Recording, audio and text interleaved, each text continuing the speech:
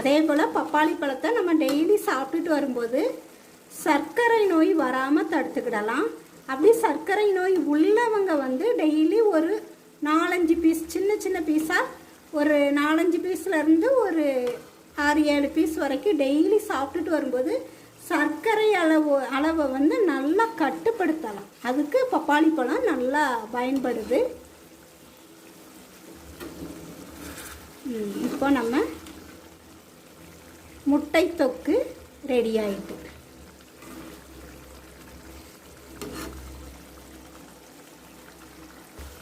இப்போ முட்டை தொக்கு ரெடி ஆயிட்டு. இப்போ ஸ்டவ்வை ஆஃப் பண்ணிடுவோம்.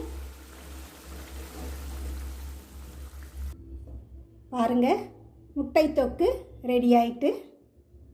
நல்லா டேஸ்ட்டாக இருக்கும். இதை உங்கள் வீடுகளில் இதே பக்குவத்துப்படி நீங்கள் வச்சு பாருங்கள். நல்லா டேஸ்ட்டாக இருக்கும். சின்ன பிள்ளைங்கள்லேருந்து